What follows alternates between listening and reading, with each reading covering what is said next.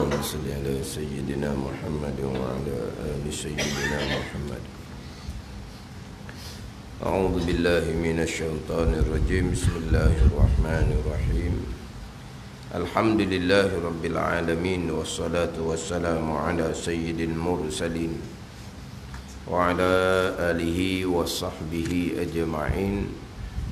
رب اشرح لي صدري ويسر لي أمري واحلل عقدة من لساني يفقهوا قولي.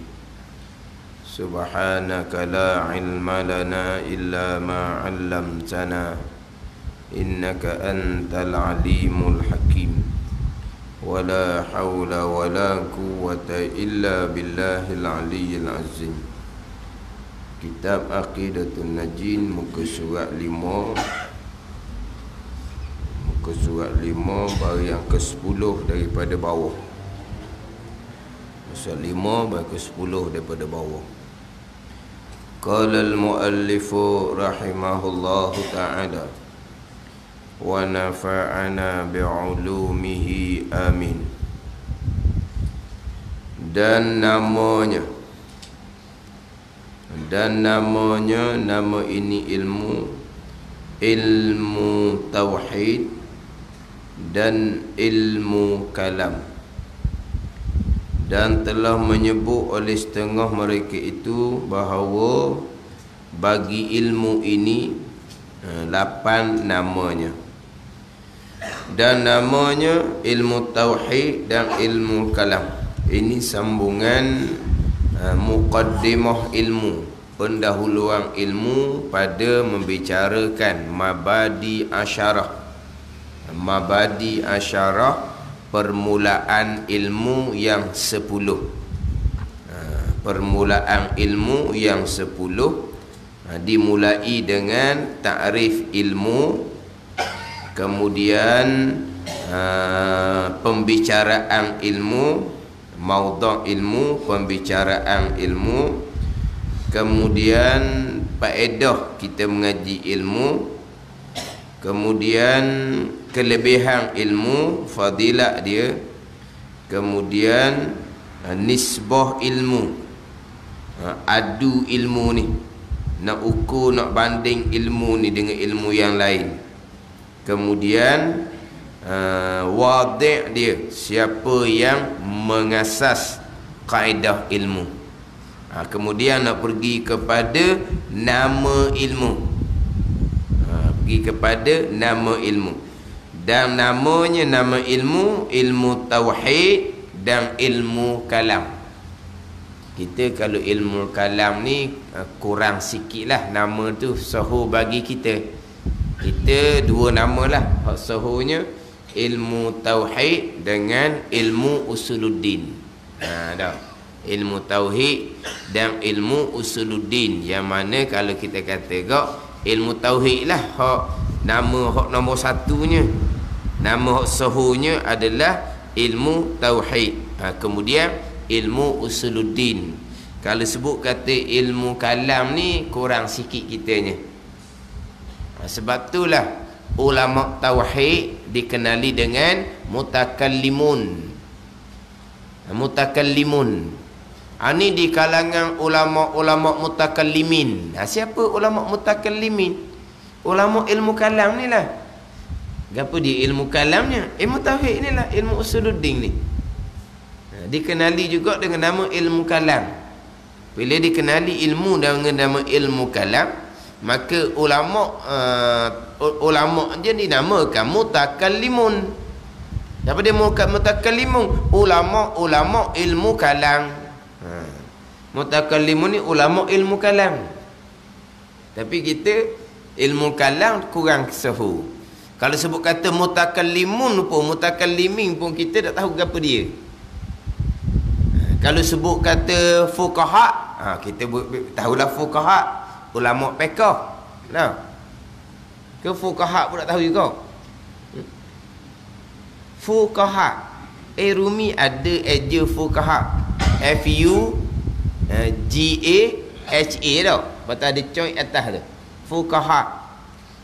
Siapa dia fuqaha? ulama fiqh tu fuqaha. Muhaddisun, ulama hadis. Mufassirun, ulama tafsir. Kemudian fuqaha, ulama fiqh. Ulama tauhid, mutakallimun. Ulama ni ulama kalam, ulama ilmu kalam. Tiba-tiba nama ilmu kalam kita tak jin tengok. Kita biasanya nama tahu ilmu tauhid dan ilmu usuluddin. Disebut dengan nama ilmu kalam sebab pembicaraan bab kalam tu dia banyak pula timbul khilaf dalam pembicaraan bab kalam. Kemudian sifat bab kalam ni dia banyak pula pecahan-pecahan dia. Dia banyak timbul khilaf dalam persoalan bab kalam. Yang kita biasa dengar hak timbul fitnah, Al-Quran kalamullah, ni makhluk Allah tu, baharu tu. Hak fitnah yang kita masyhur menimpa Imam Ahmad bin Hanbal, pengasas mazhab Hanbali tu, yang dipenjarakan kerana Imam Ahmad bin Hanbal kekal dengan pendirian dia bahawa Al-Quran adalah qadim. Apabila Al-Quran adalah qadim, maka Al-Quran bukan makhluk Allah. Sebab kalau qadim bukan makhluk, kalau makhluk bukan qadim. Kalau qadim makhluk macam mana? Sebab qadim ni adanya tidak ada permulaan. Macam mana pula makhluk? Makhluk ni yang dijadikan, yang asalnya tak ada. Jadi kalau sebut kata qadim bukan makhluk, sebut kata makhluk yang dijadikan pasti bukan qadim. Sebab adanya didahulukan oleh ketiadaan, kemudian diadakan, dinamakan makhluk. Jadi Imam Ahmad bin Hanbal kekal dengan pendirian bahawa Al-Quran adalah qadim, bukan makhluk Allah Subhanahu wa ta'ala. Yang mana Mu'tazilah pada masa itu mengatakan bahawa Al-Quran adalah baharu dan makhluk Allah Subhanahu wa ta'ala. Kemudian khalifah pada masa itu pula dia terpengaruh dengan fahaman yang dibawa oleh ulama-ulama Mu'tazilah. Jadi panjang pembicaraan berkaitan dengan kalam, berkaitan dengan kalam. Yang mana kalau kes sebenar-benarnya Al-Quran kalamullah yang qadim adalah hak di Tuhan. Anu qadim lah, yang tidak berhuruf, yang tidak bersuara tu. Tu qadim. Adapun Al-Quran kalamullah hak duduk depan kita sekarang ada huruf kan? Ada huruf, ada baris. Kalau kita baca bunyi pula. Jadi mana kata tidak berhuruf, tidak bersuara? Tidak berhuruf, tidak bersuara. No, sifat kalam yang ada di zat Allah Subhanahu wa ta'ala, yang mana hak tu pun panggil kalamullah dan hak tu pun panggil Al-Quran juga. Jadi hak depan kita ni, hak baharu sebenar-benar ni pun disebut Al-Quran kalamullah juga. Tapi hak ni berhuruf. Bila berhuruf, makhluk Allah lah. Huruf apa semua suara tu kan Allah yang buat belaka kan. Huruf ke suara ke Allah buat belaka, tu makhluk Allah. Jadi hak tak berhuruf, tidak bersuara ni sifat kalam hak ada di Tuhan. Sifat kalam kita pun tidak berhuruf, tidak bersuara dah.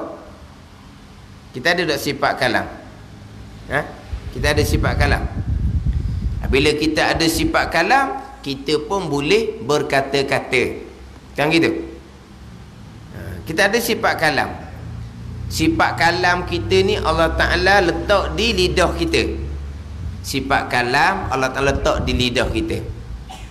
Ialah kita ada sifat kudrah, Allah Ta'ala letak di tubuh kita. Kita ada sifat kalam, Allah Ta'ala letak di lidah kita. Kita ada sifat pendengaran, Allah Ta'ala letak di gegendam telinga kita. Jadi tenaga kudrah di kita Allah jadikan, sifat kalam di lidah kita Allah jadikan, sifat pendengaran di gegendam telinga pun Allah jadikan. Sampai masa bergerak tubuh badan Allah yang buat, bukan kudrah yang buat. Ya, kudrah yang ada di kita yang buat. keluar suara Allah yang buat. Bunyi suara tu bukan sifat kalam yang buat. Saat kita mendengar ni pun Allah yang buat, bukan sifat pendengaran yang Tuhan letak di telinga kita tu bekas, bukan. Itu pegangan kita. Tapi kita ada sifat kudrah, ada Tuhan letak di tubuh kita. Bila bekas ke tak? Makhluk tak boleh bekas. Sebab sifat kalam yang ada di kita tu makhluk Allah. Sebab kata makhluk tak boleh bekas. Bergeraknya kita ni Allah yang buat. Jadi sifat kalam yang ada di lidah kita pun makhluk juga. Makhluk tak boleh bekas. Dah keluar bunyi-bunyi ni Allah yang jadikan suara. Allah yang jadikan suara. Ni pegangan kitanya. Kemudian bila keluar bunyi, kita pun dengar. Telinga kita pun dengar. Bila keluar bunyi, dengar tu adakah sifat pendengaran yang Tuhan letak di telinga kita yang bekas jadi boleh dengar? Tak. Allah yang buat kita dengar. Itu pegangan kita.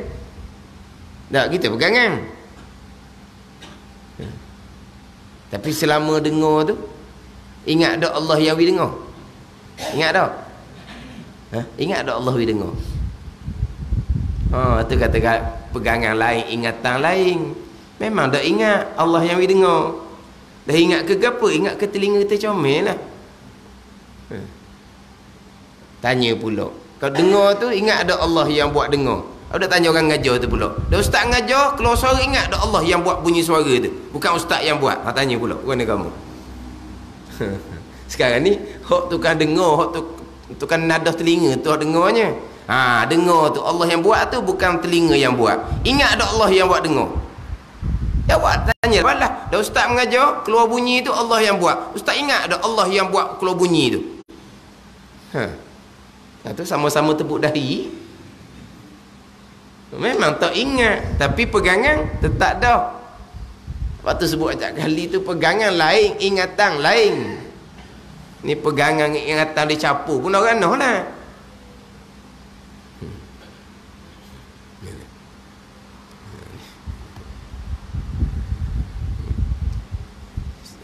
Ada ni saya dengar sekali dalam radio Hakim, orang belajar. Tapi orang belajar dia bubuh, orang ngajar tak bubuh.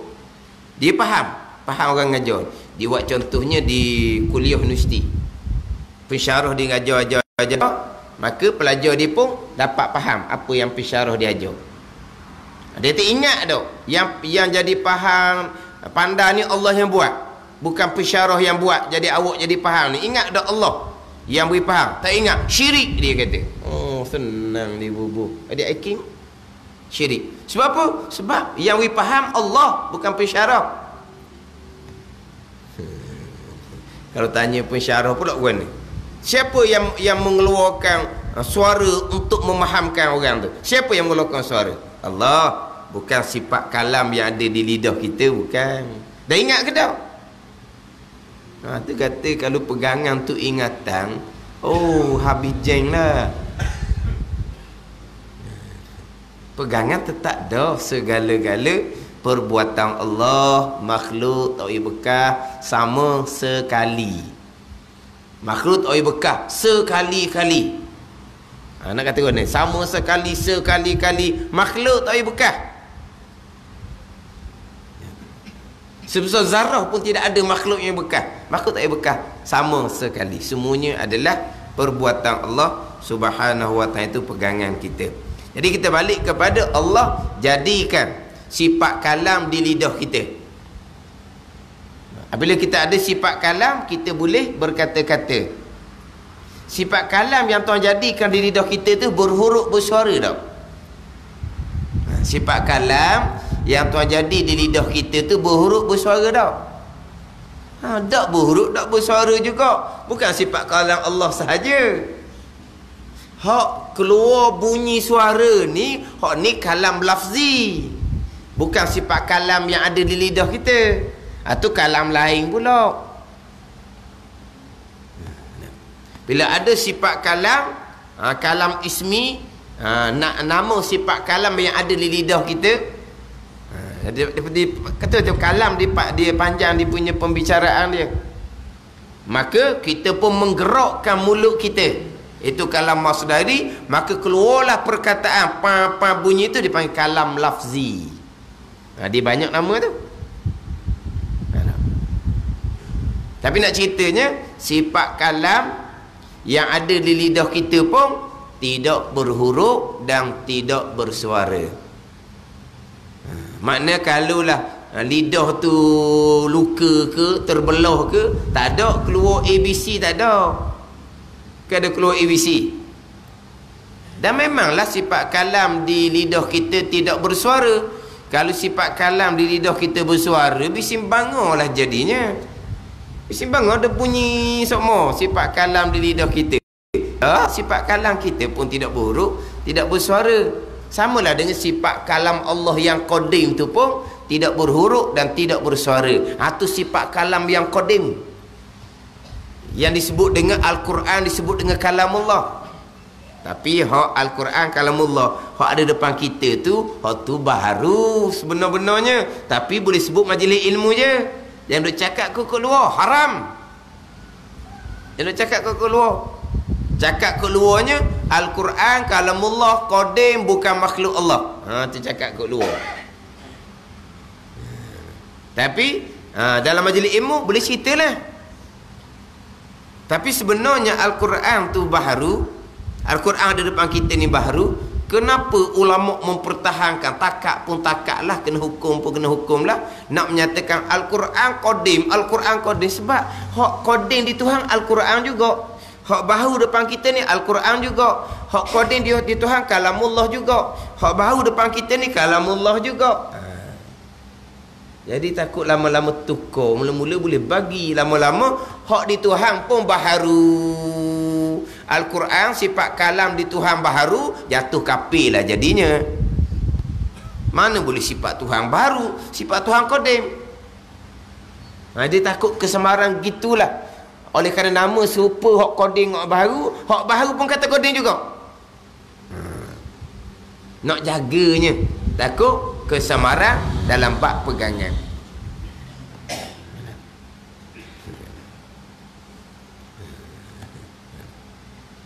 Majlis ilmu je kita boleh sebut, luar tak boleh. Sebenar-benarnya memang baharu.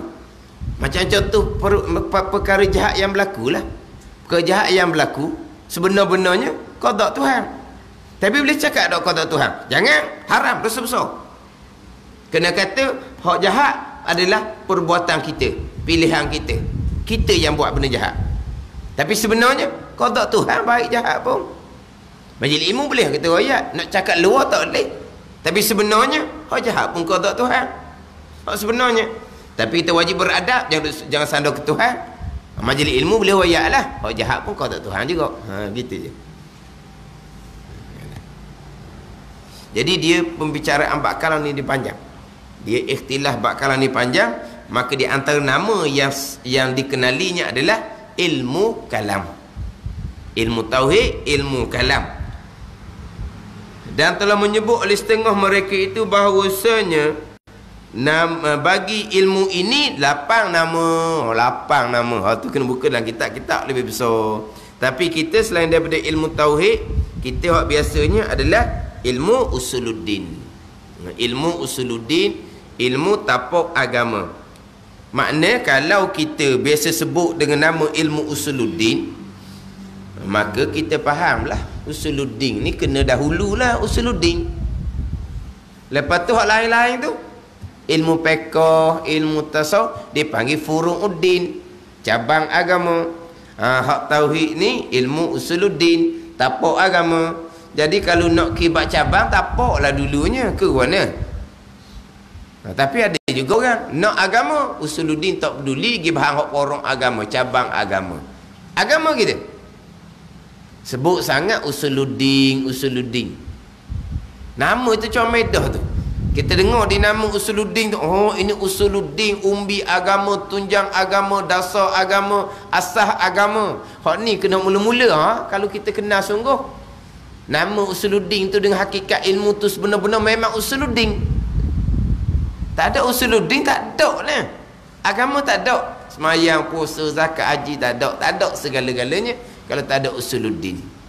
Kita nak agama, Tapi ilmu usuluddinnya belakang kira. Kadang-kadang buat program agama, tiap-tiap malam program agama penuh.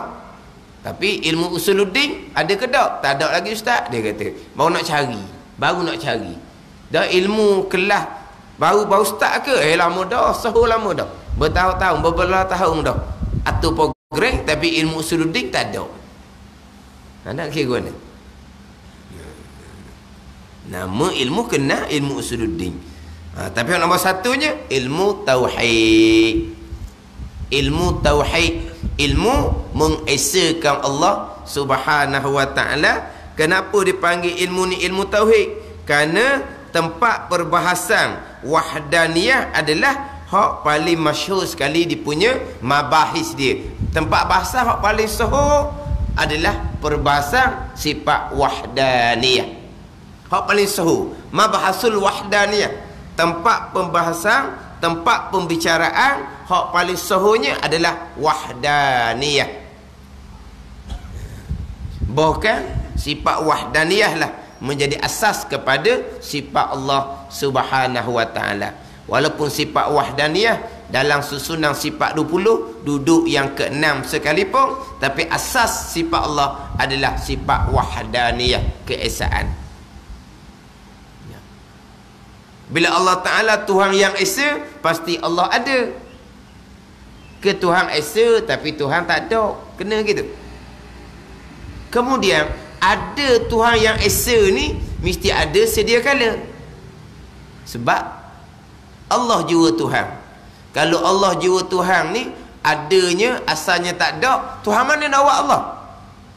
Allah jua Tuhan kan? Allah jua Tuhan. Maka ada Allah jua Tuhan ni mesti ada yang tidak ada permulaan, mesti ada yang tidak diadakan, sebab tak ada Tuhan lain yang nak buat Allah Subhanahu wa taala, sebab Allah jua Tuhan. Mari pada wahdaniyah lah. Allah Ta'ala ni ada yang sedia kala. Allah ada wujud, Allah kidam.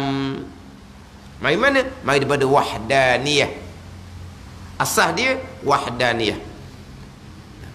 Kemudian di pembicaraan wahdaniyah ni lah, pecah pula wahdaniyah pada zat, wahdaniyah pada sifat, wahdaniyah pada perbuatan. Ni ilmu pertama-tama nak mengesakan Allah. Ni ilmu tauhid ni lah. Kita agama tauhid. Kita mesti mentauhidkan Allah. Mentauhidkan Allah. Allah Tuhan yang satu pada zat. Orang Islam tak ada tu. Satu pada zat. Tak ada Tuhan yang kedua, Tuhan tiga, tak ada. Satu pada perbuatan. Hak satu pada perbuatan. Hak ni tak apa nak lulu kadang-kadang. Dah tauhid apa gitu? Kata agama tauhid macam mana? Kalau perbuatan ni ada perbuatan selain ada perbuatan Allah Subhanahu wa taala, kena mentauhidkan Allah pada perbuatan. Hanya Allah jua yang melakukan. Selain daripada Allah yang kita panggil makhluk, tak boleh bekal sama sekali. Tu baru tauhid orang panggil. Kalau ada perbuatan lain, perbuatan malaikat ke bekal, perbuatan kita ke bekal, tak tauhid dah tu. Sebab sebahagiannya perbuatan Allah, sebahagian laginya perbuatan selain daripada perbuatan Allah. Maka dah panggil satu pada perbuatan, apa panggil? Satu pada perbuatan. Kesemuanya perbuatan Allah. Walaupun kita berpegang ada ikhtiar usaha, ikhtiar dan usaha kita tu pun perbuatan Allah Subhanahu wa taala. Kena faham molek. Jangan pula pergi pada ikhtiar dan usaha jadi terlucuk daripada tauhid. Jangan. Kita pergi pada ikhtiar usaha nak memastikan akidah kita akidah ahli sunnah. Jangan jadi jabariyah, jangan jadi qadariyah. Kita kena bahas bab ikhtiar usaha. Tapi nak bahas bab ikhtiar usaha, jangan lari daripada tauhid. Keesaan pada perbuatan jangan lari. Dengan bahawa keesaan pada perbuatan, pilihan kita pun perbuatan Allah, usaha kita pun perbuatan Allah. Dan kalau pilihan kita pun perbuatan Allah, usaha kita pun perbuatan Allah, kita tak ada gapo satu, dan nak ada gapo kita? Kalau keesaan pada perbuatan, semua perbuatan Allah, dah perbuatan kita tak ada lah. Bagaimana lagi? Faham tak? Keesaan pada perbuatan, semua perbuatan Allah. Maknanya kita ada peranan apa? Kita ada peranan apa? Kalau tauhid pada perbuatan, wahdaniyah pada af'al, tauhid mengesahkan Allah pada perbuatan. Dan kalau semua perbuatan Allah, lepas tu kita apa kitanya? Tak ada peranan apalah. Itu dipanggil tauhid wahdaniyah pada perbuatan. Tapi kenapa kita nak bahas juga bab itu usaha? Tu bab ayat Quran sandar kita. Kita kena bahas bab itu usaha. Kita wajib berpegang, kita wajib isbatkan di akidah kita ada pilihan dan perbuatan. Setakat tu je kita pegang. Tapi pilihan dan perbuatan kita jangan lari daripada tauhid, mengesahkan Allah pada perbuatan, dengan bahawa pilihan dan perbuatan kita tu pun perbuatan Allah Subhanahu wa taala tu je. Jangan awak bagi hija pula. Hak usaha kita mutlak kita. Terhasil pekerjaan Allah yang buat. Jadi separuh-separuh orang panggil. Kan letak ikhtiar usaha pada kita. Jadi ikhtiar usaha kita mutlak kita, bukan perbuatan Allah. Dari mana letak perbuatan Allah? Jadi hija di hujung tu. Jadi usaha di hujung tu atau perbuatan Allah. Itu panggil keesaan pada perbuatan. Kita panggil bagi hija. Hija kita ni usaha. Usaha kita ni mutlak kita ni, bukan perbuatan Allah. Dan perbuatan Allah duduk mana? Duduk di hujung. Jadi hija tu Allah yang buat. Ini keesaan pada perbuatan. Ini panggil tauhid. Tauhid ini. Ini bukan tauhid seumpama ni. Ni cerita bab itu usaha, tapi dia lari daripada tauhid itu sendiri. Lagi pada itu usaha, jangan lagi dia tauhid itu. Perbuatan kesemuanya hanya perbuatan Allah, mengesahkan Allah pada perbuatan.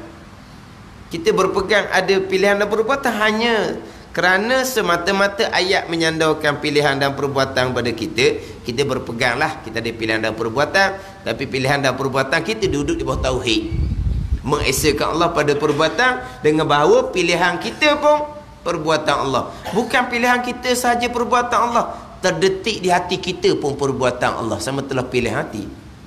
Bukan kata usaha kita perbuatan Allah, berkelip mata, bergerak nadia kita tak sedar pun perbuatan Allah, sama telah usaha kita. Itu panggil keesaan pada perbuatan. Ni ilmu tauhid ni.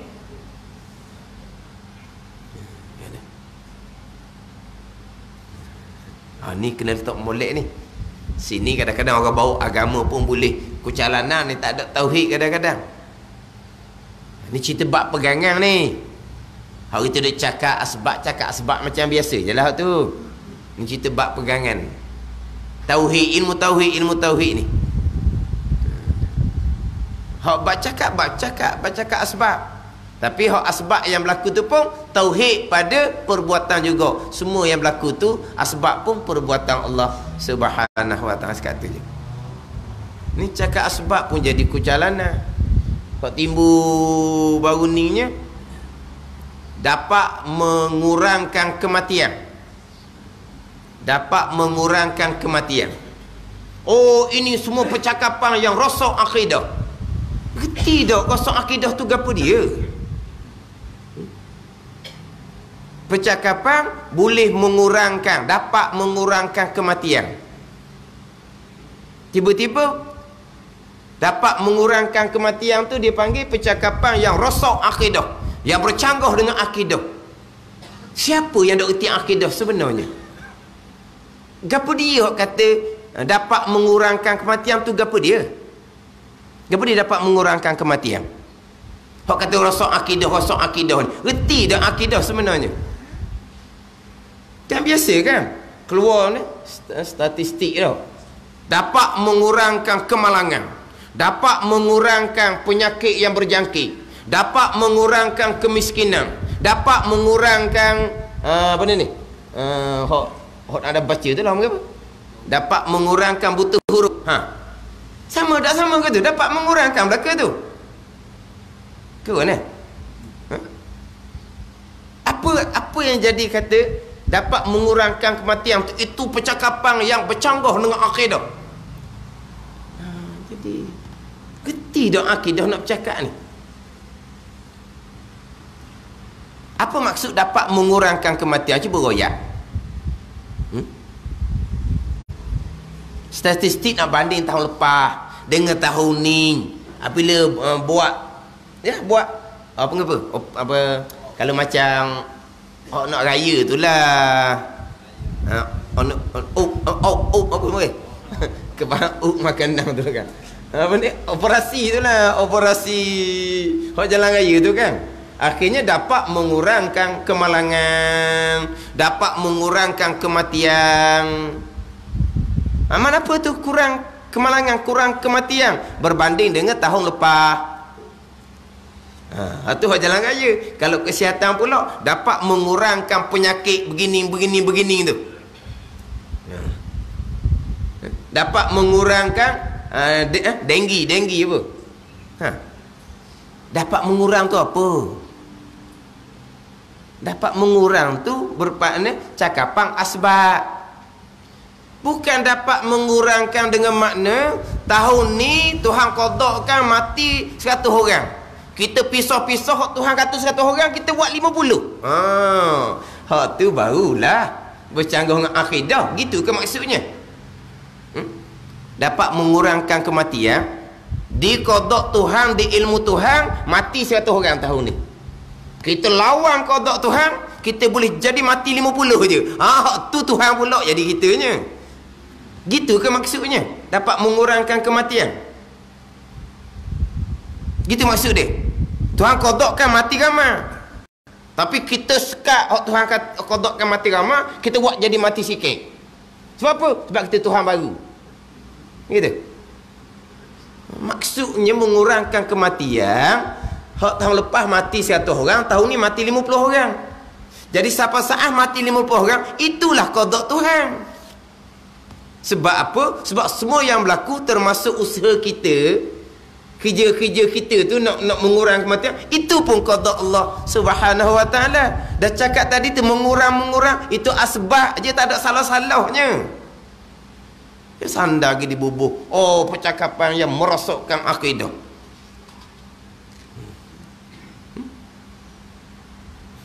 Tahu tak?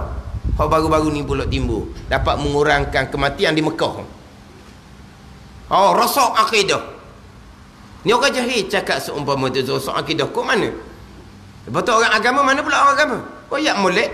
Rosak akidah apa? Itu cakap asbab. Mengurangkan kematian bermakna nak banding dengan hak tahun-tahun lepas. Tu. Bukan mengurangkan kematian nak lawan qadak Tuhan. Bukan. Kau faham kan ni? Mengurangkan kematian dengan makna dia lawan qadak Tuhan. Dan siapa kata percakapan yang rosak akidah, percakapan yang orang yang tidak ada akidah, orang yang tidak beriman, apa benda gitu.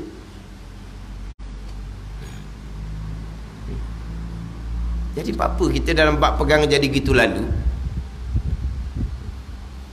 Tak rosak akidah sungguh, tak bunyi-bunyi pun. Hak tak rosak akidah cakap sebab dibubuh dia rosak akidah. Lepas tu orang agama lain pula tak perjelaskan, itu tak ada apanya. Cakap gitu, cakap sama-sama dah. Cakap sama-sama tadi mengurangkan tu, mengurangkan ni. Hak mengurang, hak meningkatkan. Hak meningkatkan dia kan. Orang meniaga. Bukan dia dapat meningkatkan keuntungan, bukan gitu. Tu ni pula kalau orang meniaga. Hak jenis hak buruk ni kita usaha nak mengurangkan. Hak jenis hak baik ni kita dapat meningkatkan keuntungan. Kan? Atau hak dunia dah kita dapat meningkatkan pemahaman agama kita. Kita dapat meningkatkan amal ibadah kita. Apa makna? Di ilmu Tuhan keuntungan tak banyak, kita pisah jadi banyak gitu. Di ilmu Tuhannya, di qadak Tuhan, ilmu kita tak bertambah, tapi kita buat sungguh-sungguh belajar, kita dapat meningkatkan ilmu, walaupun di qadak Tuhan ilmu kita tak meningkat. Gitu maksud dia. Lebih kurang je itu sebenarnya.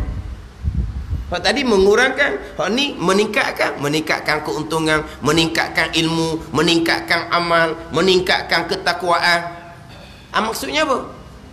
Usaha kita, asbab yang kita buat dapat meningkatkan keuntungan. Usaha asbab yang kita buat dapat meningkatkan, menambahkan ilmu kita. Nak banding dengan hak lepas-lepas dah. Dengan usaha kita dapat meningkatkan amal kita. Nak banding hak lepas-lepas dah. Tapi kalau kita meningkat ni, di qada Tuhannya tidak. Tapi kita lawan qada Tuhan, kita boleh meningkat. Sama je sebenarnya. Ke lain.